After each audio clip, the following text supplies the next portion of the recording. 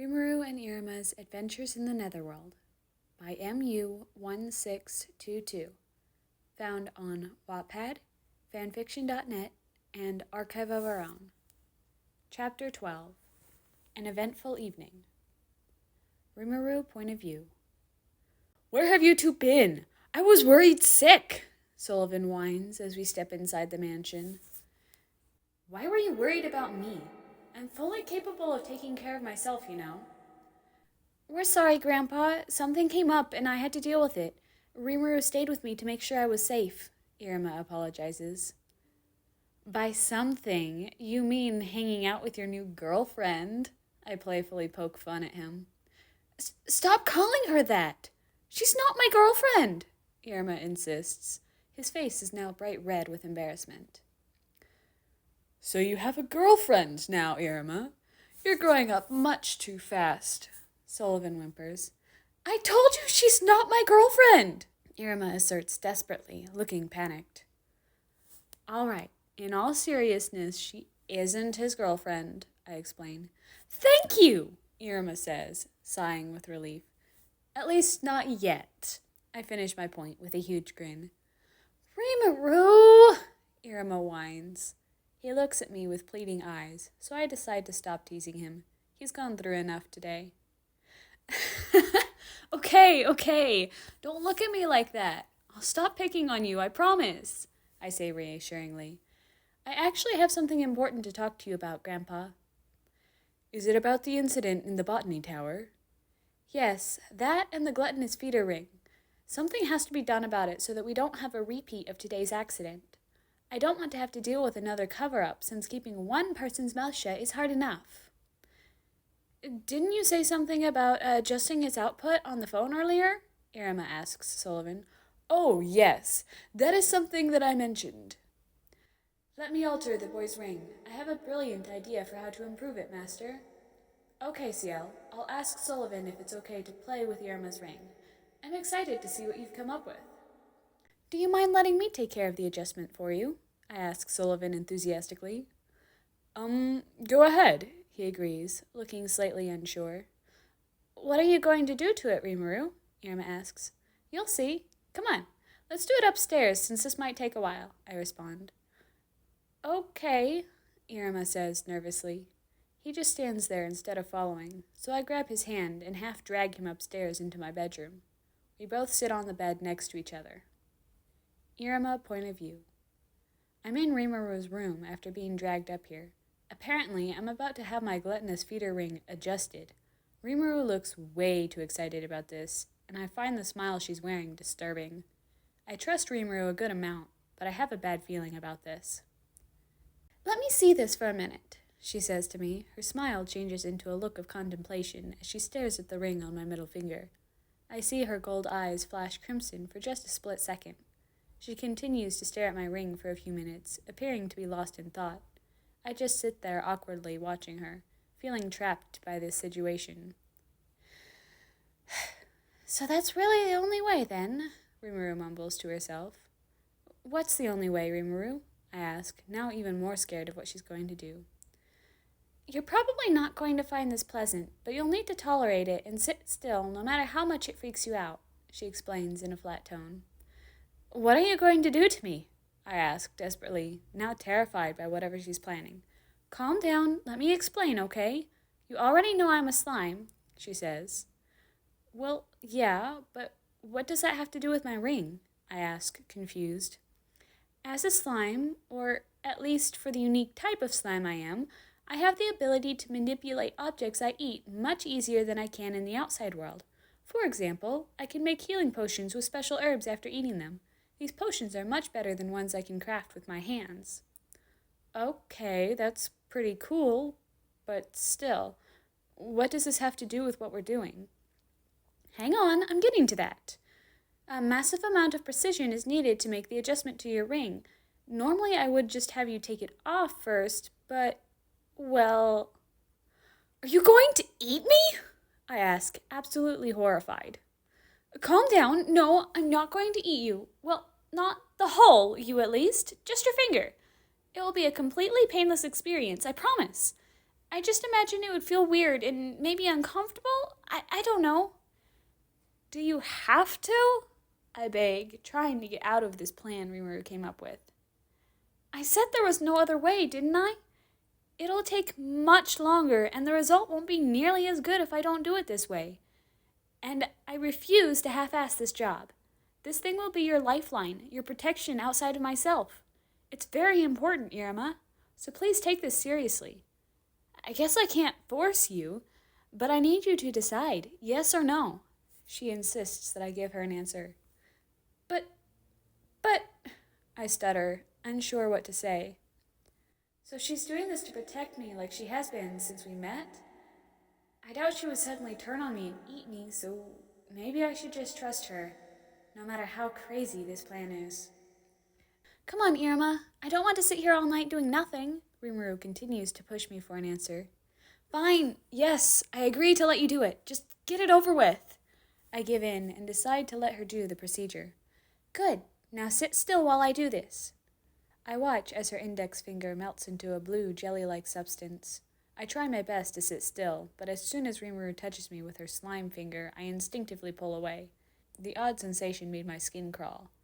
Iruma, if you won't sit still, I'll have to call in Diablo and make him pin you down. Do you really want me to do that? Rimuru threatens me. I vigorously shake my head no, not wanting anything even close to that to happen to me. I look down at my middle finger and see that my ring and the area around it is completely enveloped in slime flesh at this point.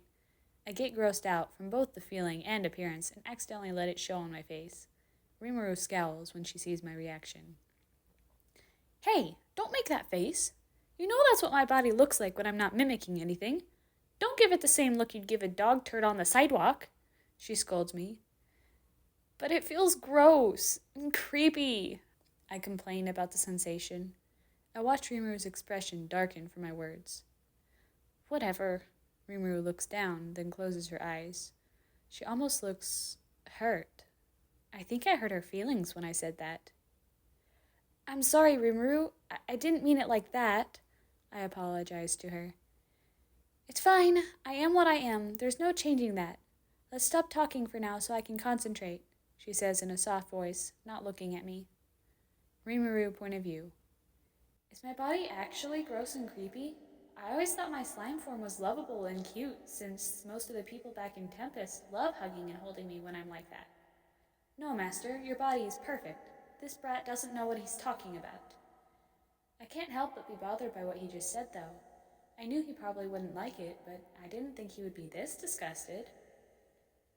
I sit there in silence as Ciel works on the ring. Iruma has a depressed look on his face, probably regretting what he said to me a few minutes ago. The whole process of altering the ring takes less than 10 minutes. When Ciel finishes, I let Iruma's hand go and return my finger to human form. Are you done? He asks, looking up at me with a worried look. Yeah, all done. Want me to explain what is different about it now? I ask, trying to sound normal, despite still feeling hurt by the boy's words. Sure. Iruma point of view. The ring on my hand looks a bit different from before. There is a line that runs along the entire length. The two halves divided by the line can rotate separately from each other. There is a small triangle on one half pointing towards the other like an arrow.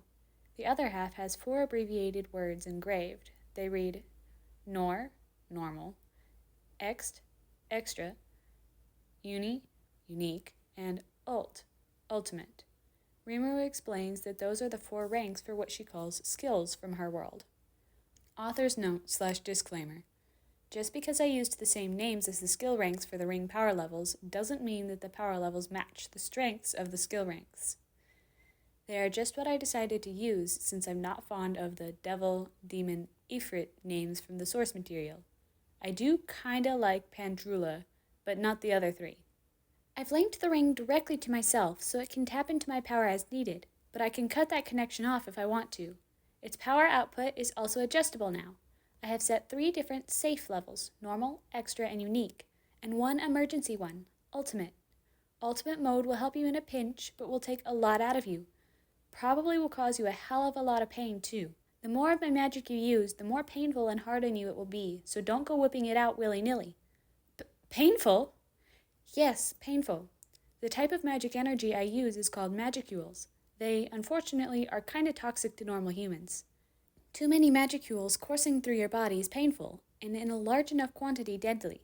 That is why ultimate mode is only for emergencies. Over time, your body can become resistant to the negative effects from magicules, but you'll have to take it slow. I believe the only reason you didn't experience pain from using magic back in the botany tower is that it poured out of you too quickly to do any damage to your body. It was completely out of control. You're very lucky you weren't hurt. Note: Ciel intervened without Rimuru knowing at the time back in the botany tower. She regulated the magic so Iruma would be fine and gave Rimuru this excuse to tell Iruma. Really? I was in danger? Yeah, that is why it's so urgent and important that I make these adjustments. Just so you know, ultimate mode is just as dangerous as what you did in the botany tower, so don't you dare use it for anything but an emergency. I'd rather you ask me for help instead of borderline killing yourself using it. So, ultimate mode is as strong as your full strength? Hell no! I would never give you access to that ridiculousness. I calculated the absolute limit that your fragile human body could take without killing you. That's ultimate mode. Along with the demon magic you'll learn here, I can also give you access to some of my skills and magic from my world. They'll be heavily nerfed, and I have complete control over which ones you are allowed to use, and when, though. Could you show me one of your skills? I ask. Sure. This is one of the first ones I acquired when I was first reincarnated. It's now part of a much bigger skill, but I can still use it in its original form. It's called Control Water, she explains. Rimuru produces a small baseball-sized sphere of water above her hand from seemingly nowhere and makes it fly all around the room, warping it into different shapes by pointing with her index finger. Note: I know this isn't exactly how Rimuru used the skill in the light novel, but I can imagine that he could have used it this way if he wanted. This is how I'm going to portray it, so sorry if it isn't completely accurate. Cool! I exclaim as I watch in awe. My eyes are closely following the glistening mass of water zipping around in the air. You think so? Watch this, it's much cooler. She looks me in the eyes with a sinister grin twisting her soft face. Then, with a small flick of her wrist, she points her finger right at the center of my forehead. The ball of water responds to her motion and flies straight towards me before painfully smacking me directly in the face. The force of it knocks me backward onto the bed and completely soaks my head and the front of my shirt. Why did you do that? I ask angrily, sitting back up. I'm rubbing my forehead since it still stings from the impact. I had to get you back for calling me gross earlier. You deserved it. Rimuru laughs, now seemingly in a much better mood. Using her skill, she retrieves the water and forms it back into a floating ball, leaving me completely dry again. This is a skill I'm willing to let you try right away. Be careful, though. This can be used to fight, too.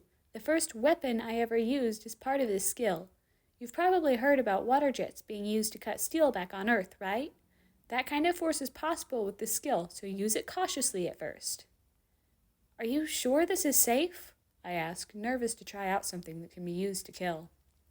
Yes, it's safe, since you shouldn't be capable of that kind of force yet.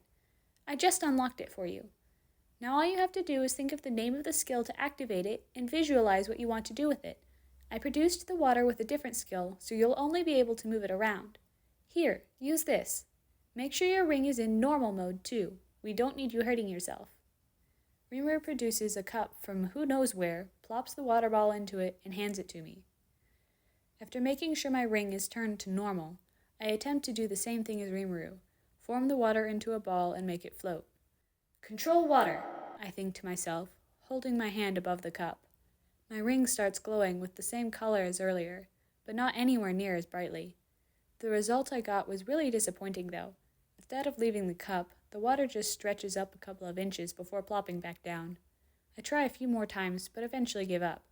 Somehow I'm out of breath from attempting, and my body aches a little. Good job! You were at least able to move it some. This will take a lot of practice and concentration, so just keep at it, Rimuru encourages me. Why do I feel so tired from doing something so small? I ask, confused by how physically exhausted I'm feeling. Over time, your body will become more accustomed to using my magic, and you will be able to do more without wearing yourself out like that. Using my skill will take a lot more out of you than regular magic, even on normal, so it'll take you a lot longer to get the hang of them. It's just something you will have to slowly work at with my help, but you should probably call it quits for tonight. It's getting late, and you need to sleep, unlike me, Rimuru suggests. Oh, and don't do any experimenting without me around. I'm gonna lock you out of using the skills for now, just to be safe. I'm very excited, but also equally exhausted, so I decide to take her advice and go to bed. I'm a little sad that she doesn't trust me not to play with the skill by myself, but I understand that Rimuru is just looking out for my safety. Rimuru point of view. I make my way downstairs and find a strange sight. Opera and Diablo are sitting on a couch in front of a TV with both of them holding what looks to be like video game controllers. Diablo, what are you doing? I ask. Hello, my lord. I am playing what Opera calls a fighting game, he replies gleefully, still playing the game as he talks. I look over at Opera and notice how exhausted he looks. His eyes are bloodshot and have bags under them, and he's muttering to himself, I must win. I must win at least once. Only once. Over and over, while aggressively smashing the buttons on his controller. How long have you two been playing this fighting game? I ask, hesitantly, dreading his answer. Diablo tends to go overboard with pretty much everything he does if I don't stop him first. 20 hours, he replies casually. Oh, jeez. Did you take any breaks during those 20 hours? No, we have been playing non-stop. It is a very enjoyable activity. You should give it a try, my lord. There's no way that's healthy for poor Opera. Sure. Opera doesn't look like he's feeling so hot right now, so he should probably call it quits, I say as I point to Opera, who looks like he's about to pass out at any moment. I walk up to him and hold my hand out, but he just grips the controller tighter instead of handing it over. I then forcefully yank it out of his hands, and he looks at me with a devastated expression. But, when, once, must, he mumbles as he tries to stand up to retrieve the controller. As soon as Opera is on his feet, he begins swaying side to side before completely losing consciousness. I swiftly catch him before he falls to the floor and scoop up his limp body in my arms. He's not gonna die, right? The individual Opera is simply extremely exhausted and will recover with rest. Oh dear, it looks like Opera has overdone it again, Sullivan says concernedly as he enters the room. Again? This has happened before? I ask, exasperated, still holding the unconscious camp boy butler in my arms. What has Diablo been up to while I've been busy? I thought he was just helping take care of the mansion. Yes, he and Diablo have been trying to defeat each other at various activities since the two of you arrived. Opera is very competitive and had never found such a challenging opponent before Diablo, Sullivan explains. Opera has proven to be most entertaining, my lord, Diablo interjects with a sinister smile on his face. I internally facepalm, since my hands are occupied at the moment, mad at myself for not keeping a closer eye on Diablo. So Opera is Diablo's new plaything? Ugh. I know exactly how Diablo can be. I shouldn't have been so careless. Diablo, you need to stop pushing Opera to his breaking point. He'll end up dying if this keeps on happening, so show some self-restraint. Yes, my lord. I promise that I will keep his fragile body in mind next time. Okay. I think he should sleep in an actual bed after marathoning a game for 20 hours straight. I'll take care of getting him to his room. No, my lord. Let me take care of that for you, Diablo insists. No thanks, Diablo. I'm going to take care of this while you stay here and behave yourself, I command. I begin making my way towards Opera's room, all the way across the mansion. This is my chance to build some trust with him. Opera is still scared of me. That's a situation I'm not comfortable leaving as is. Opera point of view. My vision is foggy as I slowly open my eyes. I feel my body rhythmically bobbing up and down slightly. Am I being carried by someone? What's going on? I ask groggily.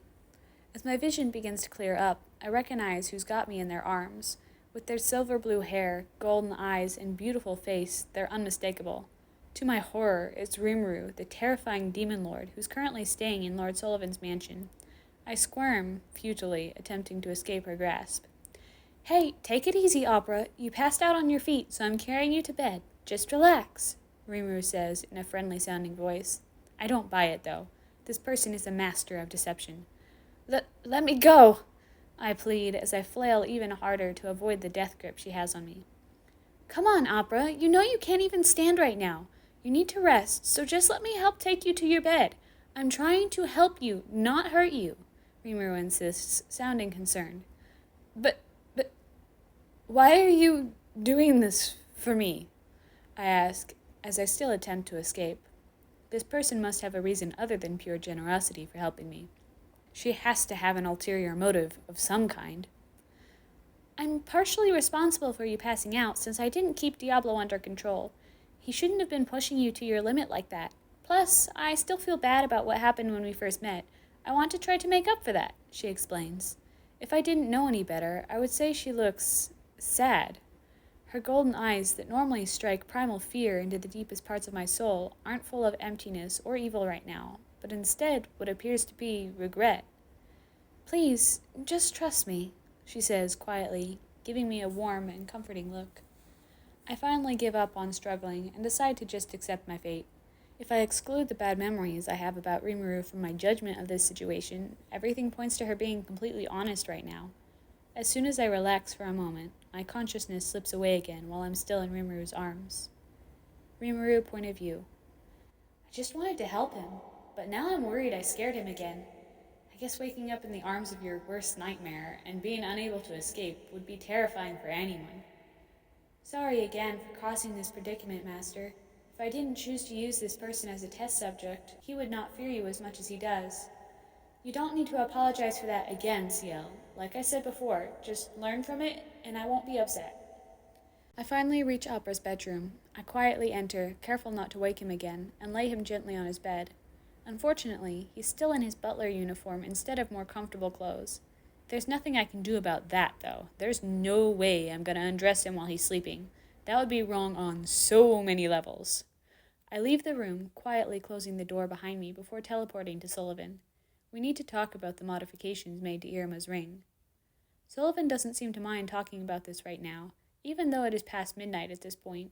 It takes me a good amount of time to carefully cover every change made to Iruma's ring and all of its functions. I also make sure to warn Sullivan that he shouldn't try to tamper with the ring himself, since the modifications CL made are extremely delicate. Any slight alteration can create an imbalance in the way the flow of energy is regulated. In a worst-case scenario, this can have deadly consequences for Iruma. After answering all of Sullivan's questions and reassuring him it's safe as long as Iruma listens to my instructions, I decide it's finally time to call it a night. I head upstairs to my bedroom and flop onto my bed, reverting to my slime form while midair before hitting it. I spend most of my time in my human form these days, since unless someone already knows me personally, it's hard to be taken seriously looking like a ball of jelly. Back home, I had to exude dignity as a leader of a country and a deity or god, although I hate using those words to describe myself. Despite this, I'm much more physically comfortable in my original slime form. Reverting back to it after holding human form for a long period of time feels amazing. I guess it's kind of like taking off a pair of shoes after a long day on your feet. The shoes themselves aren't necessarily uncomfortable, but taking them off still feels really good. I spread myself out on the soft bed, getting as comfortable as possible. Today was quite a busy day, so now I just want to forget about all my problems and relax for a while. Iruma point of view. I've been laying in my bed for a few hours, doing absolutely nothing. I'm way too excited to fall asleep, even though I'm exhausted. I let my mind wander to the possibilities that have been opened by my ring's new abilities, when suddenly my thoughts get interrupted by a strange feminine voice talking inside my head. Greetings, child. My name is Ciel. Third-person point of view bonus scene. A lone boy walks down the hallways of Babel's in the dead of night, his uneven horns shining in the moonlight. He makes his way to a specific wall before glancing over both his shoulders, looking for anyone watching his actions. Concluding that he's not being watched, the boy pushes in one of the bricks on the wall, revealing an entrance to a secret room. The room is full of various strange contraptions in varying states of dilapidation.